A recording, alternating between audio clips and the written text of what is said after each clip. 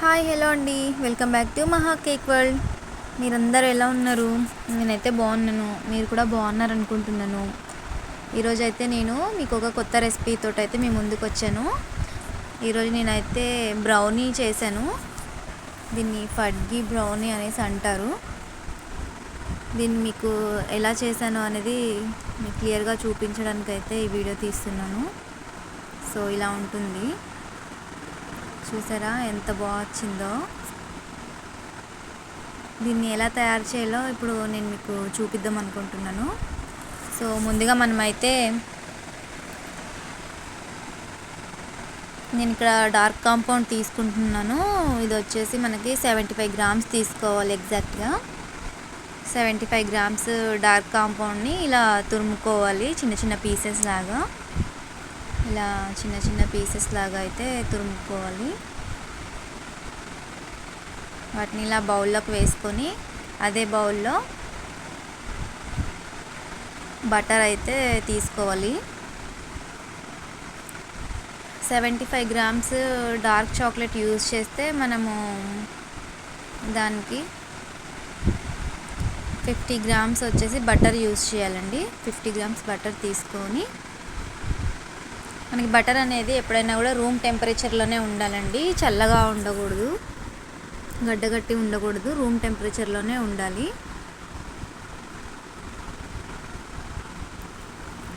So ఎగ్జాక్ట్గా 50 grams అయితే తీసుకోవాలి. ఇక్కడ నాకు 50 గ్రామ్స్ పర్లేదండి. సో బటర్ని ఇంకా చాక్లెట్ కాంపౌండ్ని అయితే మనం ఇలా మైక్రోవేవ్ ఓవెన్లో కానీ లేదంటే డబల్ బాయిలింగ్ మెథడ్లో కానీ మెల్ట్ చేసుకోవాలి.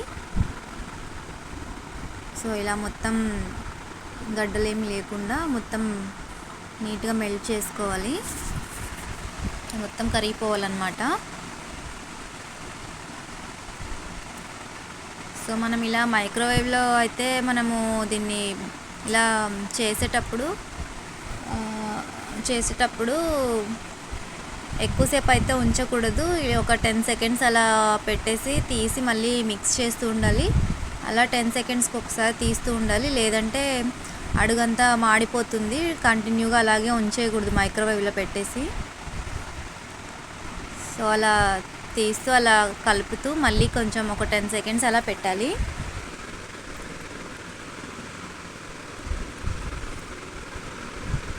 ఇప్పుడు మైదా తీసుకుంటున్నాను. మైదా వచ్చేసి నేను చూపిస్తాను ఇక్కడ ఎన్ని గ్రామ్స్ ఉందనేది. చూస్తున్నారు కదా, ఇలా మనము డ్రై ఇంగ్రీడియంట్స్ అనేవి మనం ఇలా జల్లించుకోవడం వల్ల వాటిలో ఏమన్నా డస్ట్ పార్టికల్స్ ఉన్నా లేకపోతే ఉండలు ఉన్నా కూడా అవన్నీ మనకి నీట్గా అయితే వచ్చేస్తాయి. కంపల్సరీ జల్లించుకోవడం అనేది కంపల్సరీ చేయాలి. ఇలా 50 గ్రామ్స్ మైదా తీసుకున్నాను.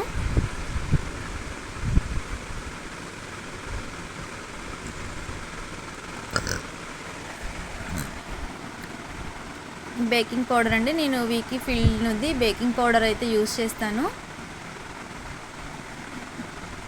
అది వచ్చేసి మనం 1/2 టీ స్పూన్ బేకింగ్ పౌడర్ తీసుకోవాలి.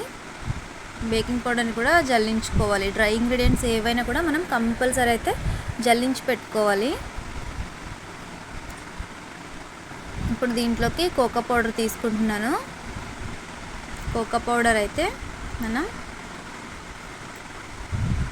ఒక 10 గ్రామ్స్ అయితే తీసుకోవాలి. కోకో పౌడర్ వచ్చేసి 10 గ్రామ్స్ కోకో పౌడర్ అయితే సరిపోతుంది. సో నేను వచ్చేసి హైదరాబాద్లో ఉంటాను. ఇలా హోమ్ బేకింగ్ అయితే చేస్తున్నాను. మీకు కేక్స్, చాక్లెట్స్, ఇంకా ఇలా బ్రౌనీస్, కేక్ పాప్స్ కావాలనుకుంటే ఆర్డర్ చేయొచ్చు. ఇంకా మీ పిల్లల బర్త్డేస్కి కూడా చాక్లెట్స్ కావాలనుకుంటే చాక్లెట్స్ కూడా వాళ్ళ ఫోటో ప్రింట్స్ తోటి, ఇంకా మీకు నచ్చిన కస్టమైజ్ ఫొటోస్ తోటి ప్రింటింగ్ అయితే చేసి చాక్లెట్స్ చేయబడతాయి. చాక్లెట్ వచ్చేసి ఈ చాక్లెట్ 5 రూపీసే ఉంటుంది. సో మినిమం 100 చాక్లెట్ తీసుకోవాలి మీ ఫొటోస్ తోటి అయితే, లేదంటే నార్మల్గా అయితే ఇక్కడ లోకల్లో కొన్నైనా పర్లేదు. ఏపీ తెలంగాణలో ఎక్కడికైనా డోర్ డెలివరీ అయితే చేస్తాము. డిటిడిసి ద్వారా డెలివరీ అయితే చేయడం జరుగుతుంది. సో ఈ బ్రౌనీస్ని కూడా నేను సేల్ చేయడం కోసం అనేసి చేస్తున్నాను. మీలో ఎవరికైనా కావాలనుకుంటే నా నెంబర్కి కాంటాక్ట్ అవ్వచ్చు.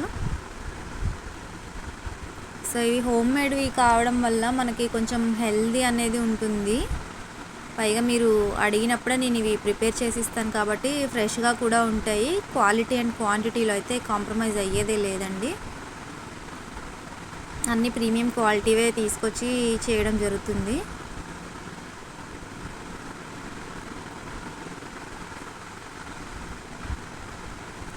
ఇక్కడ నేను షుగర్ పౌడర్ తీసుకుంటున్నాను. షుగర్ పౌడర్ వచ్చేసి 75 గ్రామ్స్ తీసుకోవాలి. ఇవన్నీ ఎగ్జాక్ట్ కొలతలండి. ఇవి ఈ కొలతలతో చేస్తే పర్ఫెక్ట్ బ్రౌనీ అనేది మనకి వస్తుంది 100%. సో 75 గ్రామ్స్ అనేది షుగర్ పౌడర్ అయితే తీసుకుంటున్నాను.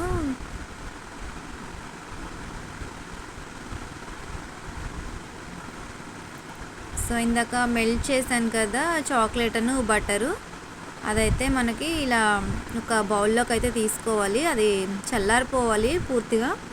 వేడిగా ఉన్నప్పుడు అయితే ఏం చేయకూడదు.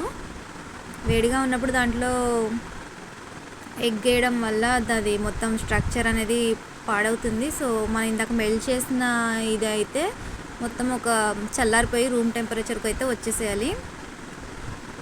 అలా అని చెప్పి తీసుకెళ్ళి ఫ్రిడ్జ్లో పెట్టకండి, త్వరగా చల్లారిపోవాలనేసి. ఫ్రిడ్జ్లో పెడితే మళ్ళీ గడ్డ కట్టినట్టు అవుతుంది.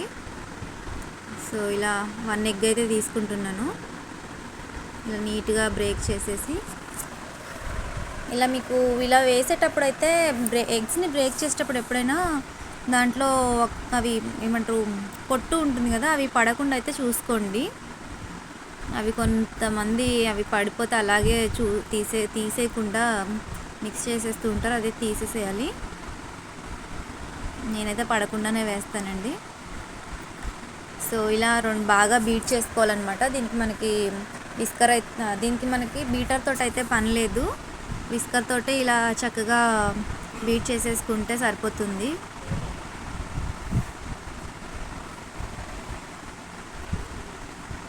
సో ఎగ్ అంతా బాగా బీట్ చేసిన తర్వాతకి అందులో షుగర్ పౌడర్ అనేది వేసుకోవాలి. షుగర్ పౌడరు అనేది ఒకటేసారి వేయకుండా ఇలా 1-2 టైమ్స్ వేసుకోవాలి. కొంచెం కొంచెం వేసుకొని బాగా కలుపుకోవాలి. ఇలా బాగా కలుపుకోవడం వల్ల ఏంటంటే ఉండలు అనేది లేకుండా ఉంటుంది. మొత్తం అంతా ఈవెన్గా మిక్స్ అవుతుందన్నమాట. సో చూస్తున్నారు కదా, ఇలా మిక్స్ చేసుకున్న తర్వాతకి దీంట్లో వెనిలా ఎసెన్స్ అనేది వేసుకోవాలండి. వెనిలా ఎసెన్స్ అనేది మనము ఇంత వేయాలని ఏం లేదు. ఒక 1/2 టీ స్పూన్ కంటే నేను ఇంకొక 1/2 టీ స్పూన్ అయితే వేసాను. ఇది 1/2 టీ స్పూన్ కాబట్టి దీంతో 2 టైమ్స్ వేసాను. మనకి ఎగ్ స్మెల్ అనేది రాకుండా ఉండడం కోసం కొంచెం ఎక్కువగానే వేసుకోవచ్చు. అలా అని మరీ ఎక్కువగా వేసేయకండి, కొంచెం చూసుకొని వేసుకోవచ్చు. సో వేసాక ఇలా మొత్తం మిక్స్ చేయాలన్నమాట. ఎంత మంచిగా కలుపుకుంటే అంత బాగా షుగర్ అనేది మనకి ఇందులో మిక్స్ అయిపోతుంది అన్నమాట. లేదంటే షుగర్ అక్కడక్కడ ఉండిపోతుంది. సో ఇప్పుడు షుగర్ అంతా మిక్స్ అయిపోయాక ఇందాక జల్లించి పెట్టుకున్నాం కదా డ్రై ఇంగ్రీడియంట్స్, కోకో పౌడరు, మైదా, ఇదంతా దాన్ని కొంచెం కొంచెం వేసుకుంటూ ఇలా మిక్స్ చేసుకోవాలన్నమాట. మళ్ళీ మళ్ళీ చెప్తున్నాను, ఎక్కడైనా కూడా ఉండలు లేకుండా అయితే జాగ్రత్తగా కలుపుకోవాలి. ఉండలు ఉంటే మాత్రం అది ఇంకా సరిగా అయితే రాదు అసలు. చాలా కలుపుకోవాలి మంచిగా నీట్గా. సో ఈ రెసిపీ చూసిన తర్వాతకి మీరు కూడా ట్రై చేస్తారనుకుంటున్నాను. ఒకవేళ ట్రై చేస్తే కనుక నాకైతే పిక్ అయితే పెట్టండి. అండ్ ఈ వీడియో చూసి మీకు ఏమనిపిస్తుందో కామెంట్స్లో అయితే చెప్పండి. లాస్ట్లో చెప్పండి, లాస్ట్ వరకు చూసి చెప్పండి. సో ఇది ఇలా కలుపుతూ ఉంటే నాకైతే హ్యాండ్స్ అయితే పెయిన్ వస్తుంది. ఇలా కలుపుతూనే ఉన్నాను.